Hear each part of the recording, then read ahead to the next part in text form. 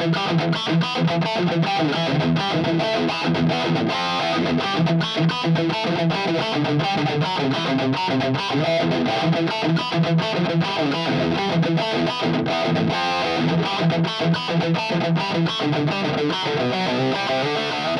early stuff you listen to as a kid doesn't necessarily mean that's what you're going to kind of listen to later on in life, you know, but the first record single that my parents bought for me was Nick Kershaw, you know, like I think it was Wouldn't It Be Good? So it was a million miles away from what you end up with, but I think all that stuff goes in somehow, you know, when you start writing stuff. It all comes from that kind of background. Bryan Adams was another one, you know, huge, still am a huge fan, you know. It was great music, great vocals, and you didn't know it at the time, but you're soaking all that stuff in, I think. And when it comes to writing your own stuff, I mean, between us, there's a couple of references to a couple of Bryan Adams things on the last Priest record. You'd never find them, and they're not as in your face as, you know, it's not a rip-off, but there are definitely those sort of influences there from Bryan Adams and synth pop and, you know, like Flock of Seagulls and Duran Duran and all that stuff. I was big into that when I was a kid. My father was into electric guitar and he had a few friends that he grew up with in school, and one of his friends gave him a guitar. It was like a Melody Maker type,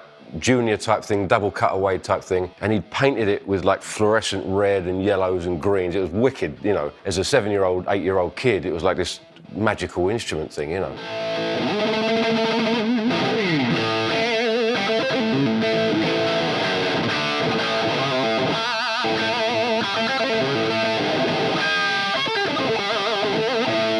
There's been those moments throughout time, you know, where you think, you kind of get over a war, you conquer this part, or you feel like you've got it. And it was definitely, I think it was, I was in my bedroom, I was playing, I think it was an Iron Maiden track, and I felt, as you said, like it was, I've got it.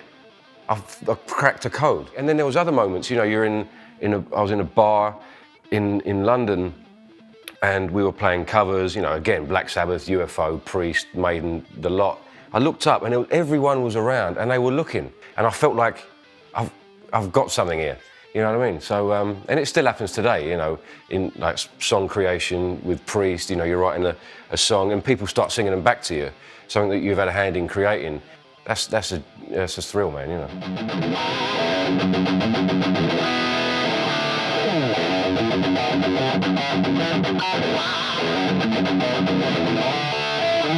So the first show that I really have a memory of, we played a warm-up show in Holland, and I say a warm-up show, it was maybe 4,000 or 5,000 people. The next show was at Sweden Rock in Sweden, and it was maybe 30,000 people.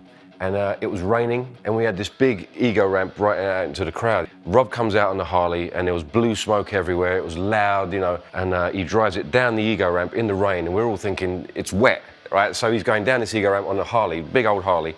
Is he going to stop? And he stopped at the end of this ego ramp, and there's Halford at the end of this ego ramp on a bike that's spitting fire and lights, and the rain's coming down. There's 30,000 people in front of him with the lights on him, and he's got his horns in the air. And dude, I'm getting chills now. It was magical. And I'm thinking, what the is going on here? You know what I mean? That's when I really realised this is real and this is happening. Just that image of the guy with those fans, and it's like, I've still got them, I don't think you can see it, but like it was ridiculous.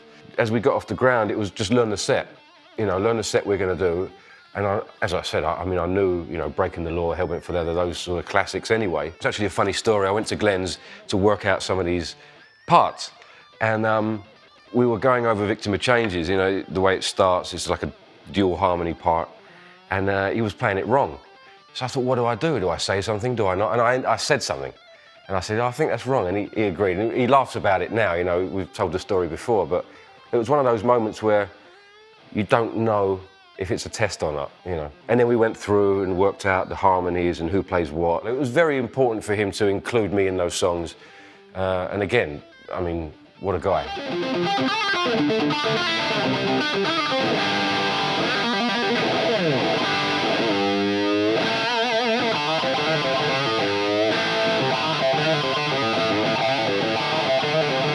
If someone pulled up in the Cart and Horses with a Flying V, you were like, okay, it's on, you know what I mean? And they were either good or not, but they were making a statement wherever they were coming from. But it's unique, and I think it's a sign of innovation. And every player that I've mentioned, really, that I was a fan of, you know, Schenker, Hendrix, James Hetfield, you know, like, they all had Vs. And I think, I mean, talk about unique and innovation. I mean, every one of them was unique and innovative. One of the challenges I've always had as a player is finding that own unique voice that they all had, you know.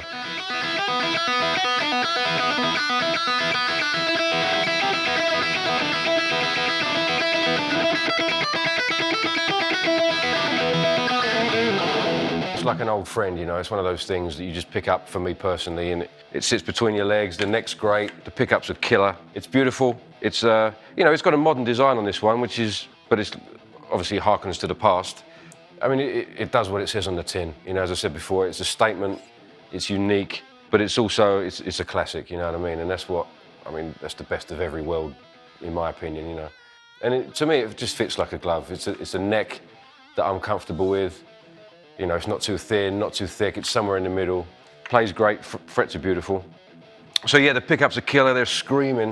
I think they're Burstbuckers. There's a 2 in the neck and a 3 in the bridge. And again, I mean, all the tone you could want or need. It's just like an old friend, you know, that I've known for years. And yeah, beautiful.